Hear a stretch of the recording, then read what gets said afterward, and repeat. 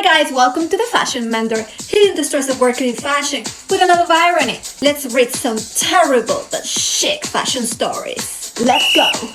One day, me and my colleague went with our super boss to our one-day business trip. Wow. He basically kidnapped us for 3 whole days.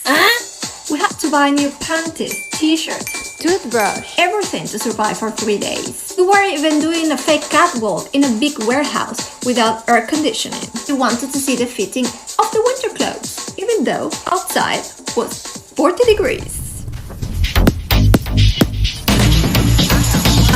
Dude, what the f? Alright, first rule of fashion kidnapping is telling people when you will fashion kidnap them. 3 days. Seriously?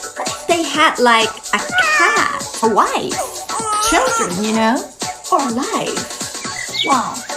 Just remember to follow the Fashion Mender to see how this fashion kidnap story ended up. Mwah.